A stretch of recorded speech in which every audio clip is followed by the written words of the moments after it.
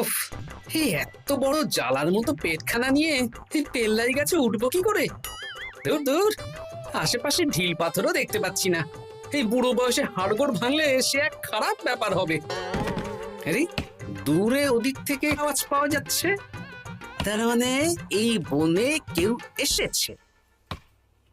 এ ভাই মদন, এই গাছটা ঝড়ে ভেঙে অনেক দিন পড়েছিল, এটা তো নেবই। তুই ওদিকে দেখ, কত মোটা একটা সেগুন গাছ রে। ওই গাছটা নিয়ে গেলে আমরা 1 বছর বসে খেতে পারবো। তাহলে আর দেরি কেন, হাত লাগা। আরে আরে আরে, করো কি? এগুলো সব আমাদের মহারাজ কৃষ্ণচন্দ্রের পছন্দের গাছ।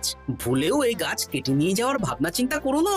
আর ওই সেগুন গাছটা তো মহারাজের সবচেয়ে প্রিয়। আরে মহারাজ কি করে জানবে শুনি? এই বনে তো তিনি ভুল করেও আসেন না। এই যে আমি আসি, আমি মহারাজের দূত। তোমরা যদি ভুল করে ওই সেগুন গাছে হাত দাও, তাহলে কিন্তু তোমাদের গর্দান যাবে। এই সেরেছে, কিন্তু আমরা তো কাঠুরিয়া, কাঠ ছাড়া পেট চালাবো কি করে? সে তোমাদের ব্যবস্থা তোমরা করো, অন্য অনেক কাজ আছে। এই সামনের গাছটা মরে পড়ে আছে, এটার কাঠ আমরা নিয়ে যেতে পারবো তো? তা পারবে, এতে অত চিন্তার ব্যাপার নেই। গোপাল আছে যখন, তখন এই রাজ্যের কেউ মুশকিলে থাকবেই না। শুধু তোমাদের একটা কাজ করতে হবে। কি কাজ? এই নাও বস্তা। আমার জন্য এই জঙ্গল থেকে টাটকা বিভিন্ন ফল পেড়ে এই বস্তা ভরে দাও, তাহলে মহারাজকে আর তোমাদের কথা বলবো না, বুঝলে? আর তোমাদের যাতে রাজবাড়িতে কোনো কাজ হয় সেই নিয়ে মহারাজের কাছে সুপারিশও করো, কেমন? বেশ বেশ, এই তুমি তাহলে এখন এখানে বিশ্রাম করো, আমরা তোমার বস্তা ভরে ফল নিয়ে আসছি। ঠিক আছে, আমি তোমাদের কুঠার পাহারা দিচ্ছি। তোমরা ভালো তরতাজা ফল বস্তায় ভরে নিয়ে এসো।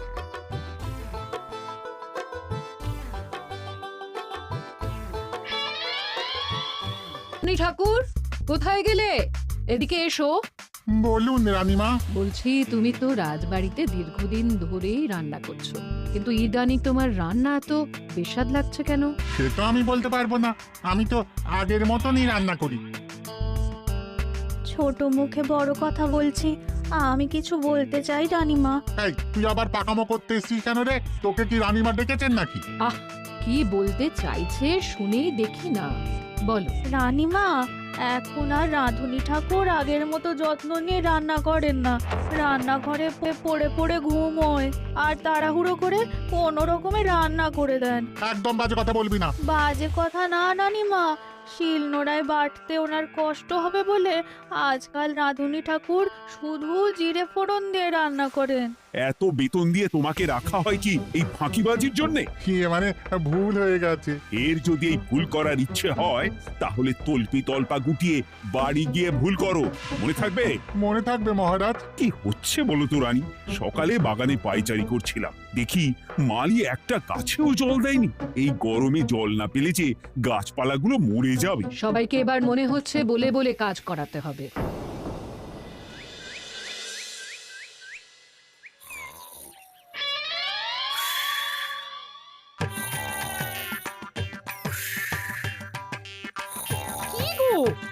কদিন ধরে তো তুমি শুধু খাচ্ছ আর ঘুমোচ্ছ,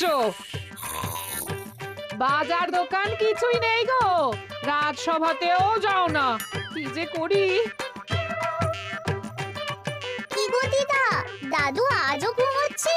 কি বলবো বলতো? আমরা কিছু একটা ব্যবস্থা করছি, দাঁড়াও। এই এই এই, কে কে কে কে? ওঠো দাদু, আর কত ঘুমে? উড়েমির একটা সীমা থাকে।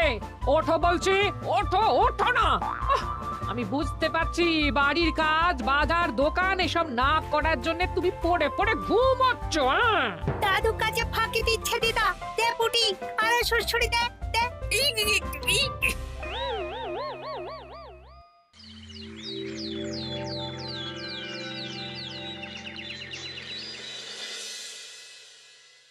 মহারাজের শরীর খারাপ না মন খারাপ?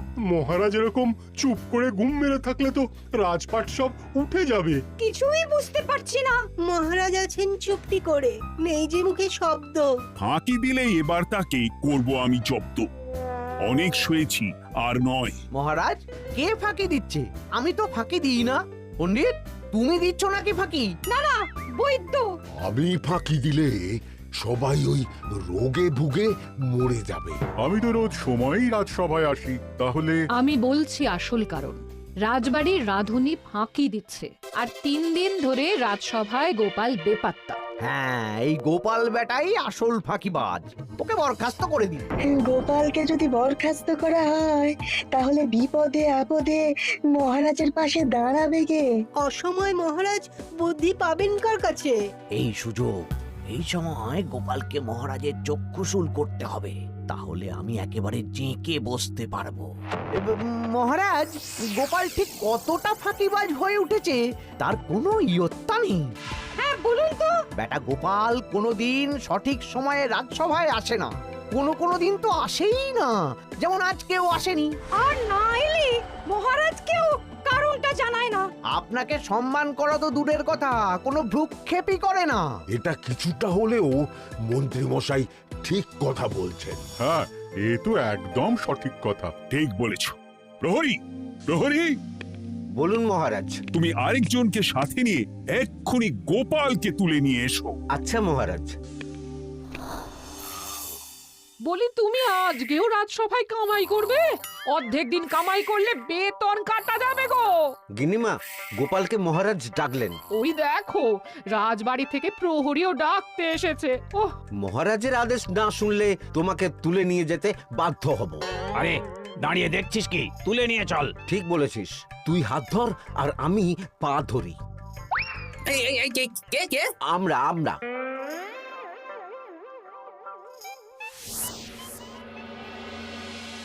এসব কি গোপাল? তুমি বাড়িতে আছো, ঘুমোচ্ছ, অথচ রাজসভায় আসছো না, কি ব্যাপার? আগে মহারাজ, মস্তিষ্ককে বিশ্রাম দিয়ে বুদ্ধি বাড়াচ্ছিলাম। অনেক ব্যবহার হয়েছে তো, তাই একটু বিশ্রাম দরকার আর কি। আমার পুরো রাজসভাটাই ফাঁকিবাজ। আমি সবাইকেই বিদায় করব, আর গোপালকেও। এই সেরেছে, আমি ফাঁকিবাজ নই মহারাজ। আমি খোঁজ নিয়ে দেখেছি, সবাই কম বেশি গায়ে হাওয়া লাগিয়ে ঘুরছে। মহারাজ, আমি তো নদীর পাড়ে বসে শীতল হাওয়া গায়ে লাগাই, তবেই তো ঢেউয়ের মতো আমার ছন্দ আসে। কেউ ফাঁকিবাজ না মহারাজ, আসল ফাঁকিবাজ গোপাল। মহারাজ, আমি যদি দরকারে আপনাকে বুদ্ধি দিয়ে ফাঁকা সময়ে বিশ্রাম দিয়ে ফাঁকিবাজ হই, তাহলে মন্ত্রী মহা ফাঁকিবাজ। কারণ মন্ত্রীর কাজ রাজাকে বুদ্ধি দেওয়া, তা তিনি করেন না বলেই আমাকে দরকার পড়ে। আমি তো ভাঁড়, আমি শুধু হাসাবো, এটাই আমার কাজ। তাতে কি, সেনাপতিও তো সেনাপ্রধান, ও কি যুদ্ধ করে? রাজ্যে শান্তি শৃঙ্খলা বজায় আছে, তাহলে যুদ্ধ করে হবেটা কি? হ্যাঁ, অকারণে পায়ে পা দিয়ে যুদ্ধ বাঁধাবো নাকি? হ্যাঁ, যত সব। যখন তখন বিপদ আসতে পারে, তাই যুদ্ধের জন্য সব সময় সামরিক শক্তিকে প্রস্তুত থাকা দরকার। হ্যাঁ, এটা গোপাল ঠিক বলেছে। সেনাপতিকে তো কোনোদিন সেসব নিয়ে মহড়াও করতে দেখি না। তাহলে দাঁড়ালো 3 জন ফাঁকিবাজ। মূল অভিযুক্ত গোপাল দিন রাত কামাই করে, মন্ত্রী মহারাজকে বুদ্ধি দেয় না, আর সেনাপতি যুদ্ধের প্রস্তুতি নেয় না। এই 3 জনকে আমি বিদায় করব। এই সেরেছে, এ তো দেখছি বিনা মেঘে বজ্রপাত। না, তবে তোমরা যে ফাঁকিবাজ নও সেটা প্রমাণ করার জন্য 12 ঘন্টা সময় দেব। আমাদের কি করতে হবে? তোমাদের 3 জনকে 3টে খালি বস্তা দেব। প্রত্যেকে ওই খালি বস্তা নিয়ে জঙ্গলে যাবে, আর এই 12 ঘন্টার মধ্যে জঙ্গল থেকে বস্তা ভরে আনবে। একটা বস্তা ভরার জন্য 12 ঘন্টা সময়? এ তো খুবই সহজ কাজ। সহজ কঠিন জানি না, যে ফাঁকি দিয়ে ফাঁকা বস্তা জমা দেবে বা কিছুটা ভর্তি কিছুটা খালি আনবে, সে সাজা পাবে। আচ্ছা মহারাজ, আমি বস্তায় কি নিয়ে আসবো সেটা কি আপনি দেখবেন? তা দেখবো না, কিন্তু বস্তা ভরে আনতে হবে, আর যা বস্তায় ভরে আনবে তাই নিয়ে সবাই বাড়ি ফিরে যেতে পারবে। তার মানে বস্তাতে যা থাকবে সব বস্তার মালিকই পাবে। একদম তাই। বুঝে গেছি, ভিতরে কোনো গভীর পরিকল্পনা আছে। প্রহরী, প্রহরী, তুমি এই 3 জনকে 3টে বস্তা দিয়ে দাও। যথা আজ্ঞা মহারাজ। আর বাকি সভাসদেরা আজকে রাজসভাতেই থাকো। ওরা 3 জন আসবে, ওদের বিচার হবে, তারপর ফিরবে। আমাদের খাওয়া দাওয়া তাহলে রাজবাড়ির তরফ থেকেই দেয়া হবে মহারাজ? হ্যাঁ। জঙ্গলে তো যাচ্ছি, কি নেব? গোপাল, আমি বলি কি, তুমি বরং আমার বস্তায় ঢুকে যাও, আমি তোমাকেই নিয়ে ফিরে যাই, ল্যাটা চুকে যাবে। আপনি যদি একা আমাকে বস্তায় ভরে নিয়ে যেতে পারেন তো চলুন। একা এই সেরেছে। দাঁড়ান, আমি আপনার কাঁধে চড়ে দেখি আপনি আমাকে বইতে পারবেন কি পারবেন না। না না, মুখ ফসকে বলে ফেলেছি, মাথা খারাপ নাকি? তাহলে নিজের মতন থাকুন।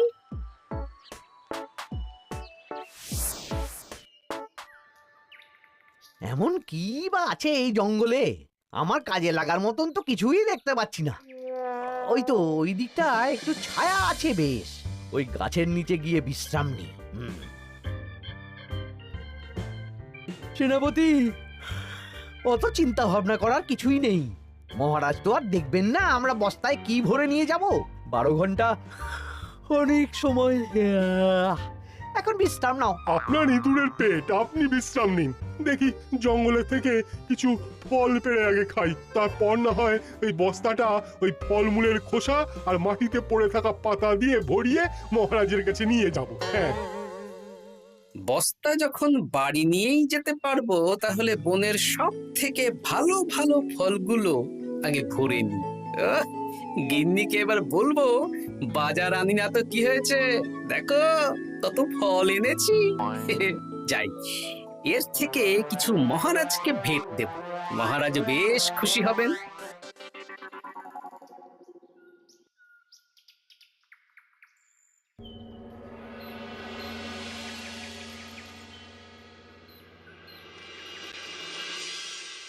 উফ, এই এত বড় জ্বালার মতো পেটখানা নিয়ে এই তেল্লাই গাছে উঠবো কি করে?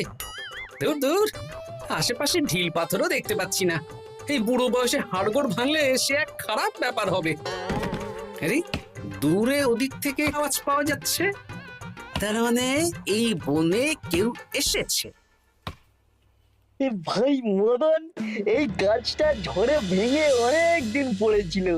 এটা তো নেবই, তুই ওদিকে দেখ কত মোটা একটা সেগুন গাছ রে। ওই গাছটা নিয়ে গেলে আমরা 1 বছর বসে খেতে পারবো। তাহলে আর দেরি কেন, হাত লাগা। আরে আরে আরে, করো কি, এগুলো সব আমাদের মহারাজ কৃষ্ণচন্দ্রের পছন্দের গাছ। ভুলেও এই গাছ কেটে নিয়ে যাওয়ার ভাবনা চিন্তা করো না। আর ওই সেগুন গাছটা তো মহারাজের সবচেয়ে প্রিয়। আরে মহারাজ কি করে জানবে শুনি, এই বনে তো তিনি ভুল করেও আসেন না। এই যে আমি আসি, আমি মহারাজের দূত। তোমরা যদি ভুল করে ওই সেগুন গাছে হাত দাও, তাহলে কিন্তু তোমাদের গর্দান যাবে। এই সেরেছে, কিন্তু আমরা তো কাঠুরিয়া, কাঠ ছাড়া পেট চালাবো কি করে? সে তোমাদের ব্যবস্থা তোমরা করো, অন্য অনেক কাজ আছে। এই সামনের গাছটা মরে পড়ে আছে, এটার কাঠ আমরা নিয়ে যেতে পারবো তো? তা পারবে, এতে অত চিন্তার ব্যাপার নেই। গোপাল আছে যখন, তখন এই রাজ্যের কেউ মুশকিলে থাকবেই না। শুধু তোমাদের একটা কাজ করতে হবে। কি কাজ? এই নাও বস্তা। আমার জন্য এই জঙ্গল থেকে টাটকা বিভিন্ন ফল পেড়ে এই বস্তা ভরে দাও, তাহলে মহারাজকে আর তোমাদের কথা বলবো না, বুঝলে? আর তোমাদের যাতে রাজবাড়িতে কোনো কাজ হয় সেই নিয়ে মহারাজের কাছে সুপারিশও করব, কেমন? বেশ বেশ, এই তুমি তাহলে এখন এখানে বিশ্রাম করো, আমরা তোমার বস্তা ভরে ফল নিয়ে আসছি। ঠিক আছে, আমি তোমাদের কুঠার পাহারা দিচ্ছি, তোমরা ভালো তরতাজা ফল বস্তায় ভরে নিয়ে এসো।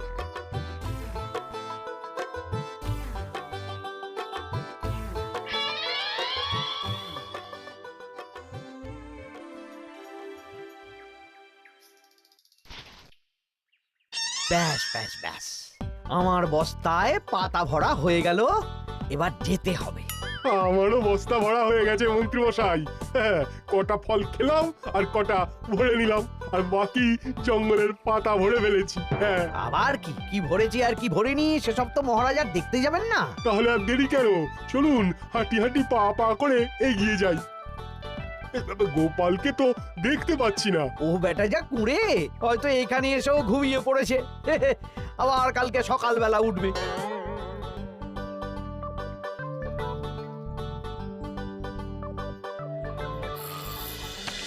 এই যে ভাই, এই যে হ্যাঁ, কে কে? আমরা। ও বলো, বস্তা ভরে এনেছো? হ্যাঁ, ভরে এনেছি। তাহলে চলো রাজসভায় যাই, তোমাদের একেবারে মহারাজের সাথে পরিচয়ও করিয়ে দেবো, আর কাজের ব্যাপারেও বলবো। চলুন। চলো চলো চলো।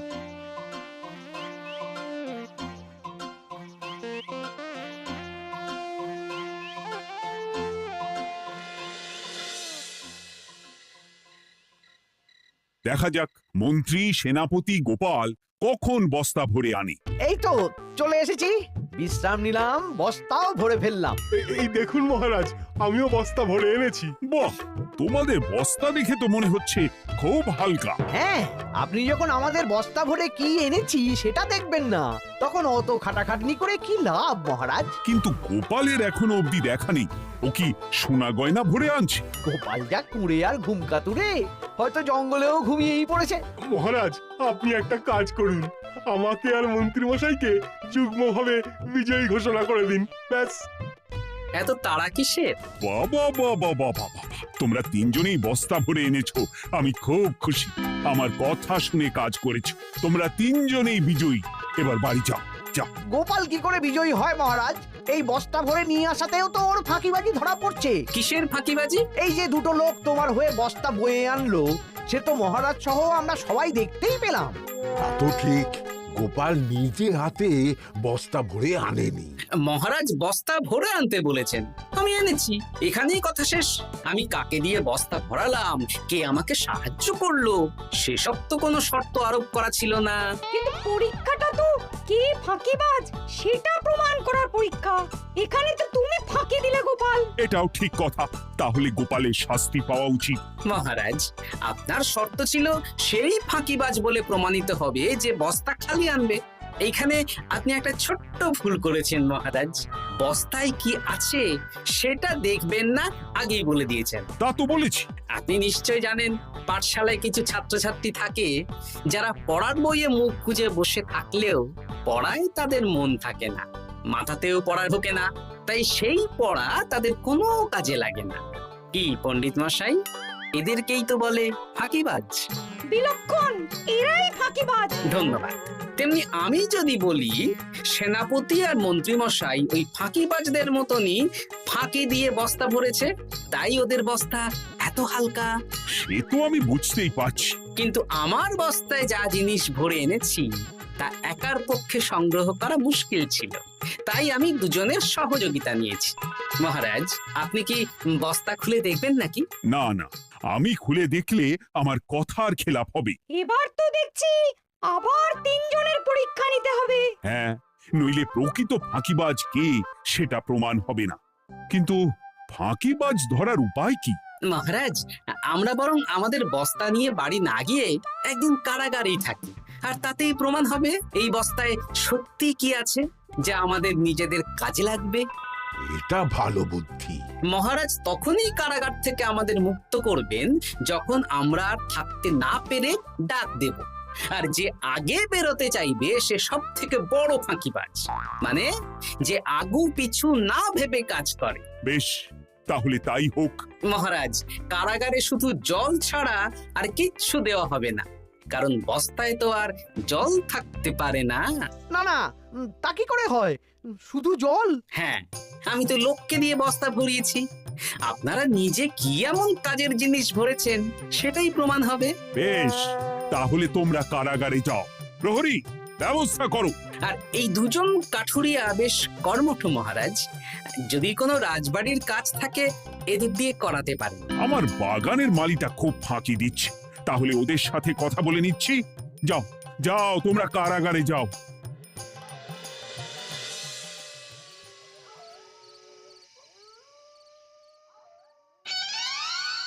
ওরে বাবা রে, কি খিদে খিদে পাচ্ছে রে। দেখি বস্তায় কি আছে দেখি।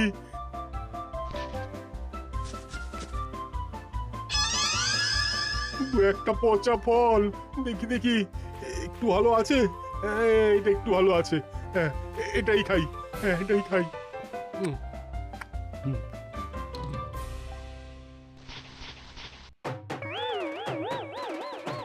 আমি তো শুধু পাতা ভরেছি, কি সেরেছি? আমাকে কি জল খেয়েই কাটাতে হবে? এবার আমি দেখি। আহা, টাটকা ফল আর জল। আমার কাছে যা ফল আছে এগুলো খেয়ে আরাম করে 5-6 দিন কেটে যাবে। ও গোপাল, আমাকেও কটা ফল দাও না গো। ও গোপাল, আপনি এখান থেকে উঠুন, অন্য বাগানে ফুল হয়ে ফুটুন। ফল খাবেন? এখন কর্মফল ভোগ করুন। ওরে বাবা, জল খেয়ে আর কতক্ষণ কাটাবো?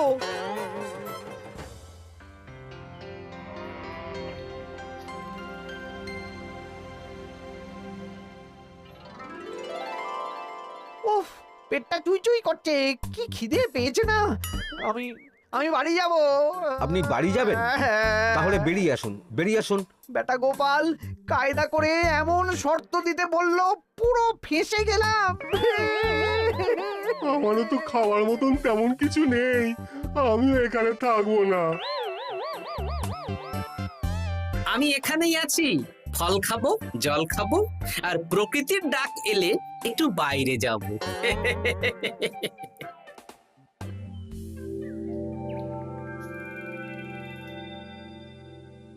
কি তোমরা কারাগারে এক রাতের বেশি তো থাকতেই পারলে না? কি আর করব বলুন মহারাজ, আমরা তো আর গোপালের মতন বস্তা ভরে টাটকা ফল নিয়ে আসিনি। বেটা গোপাল আমাদের দেখিয়ে দেখিয়ে ফল খাচ্ছিল, অতি আমাদের খিদে আরো বেড়ে যাচ্ছিল। তাহলে এরা দুজনে তো হার মেনে নিল। গোপাল কি করছে? গোপাল খাচ্ছে আর ঘুমোচ্ছে। ওকেও নিয়ে এসো। আচ্ছা মহারাজ। একই মহারাজ, আমার তো এখনো বাইরে আসার ইচ্ছে হয়নি। কি আর করা যাবে, ওরা হার মেনে নিয়েছে, তার মানে তুমি জয়ী হয়ে গেলে গোপাল। আমার বস্তায় ভরে অনেক ফল এনেছিলাম, এখনো অনেক আছে। আপনি তাহলে বাকি ফলগুলো নিয়ে নিন। তাহলে তো এটাই প্রমাণ হলো গোপাল কাজের সময় ফাঁকিবাজি দেয় না, শুধু বুদ্ধি বাড়ানোর জন্য একটু বেশি ঘুমোয়। এই নাও গোপাল, তোমার উপহার। মহারাজ, আমি সময়ের কাজ সময়ে করি, আর বাকি সময় একটু ঘুমাই। আমার এখন ঘুম দরকার মহারাজ, কাল থেকে অনেক ধকল গেল যে। বেশ, তোমাকে ঘুমানোর জন্য 1 সপ্তাহ ছুটি দেওয়া হলো। ধন্যবাদ মহারাজ। কি সেনাপতি আর মন্ত্রী মশাই, এবার বুঝলেন তো, ফাঁকি দিলেই ফাঁকে পড়তে হয়, তাই কাজ করলে ভেবে চিন্তে করুন। চলি, খুব ঘুম পাচ্ছে।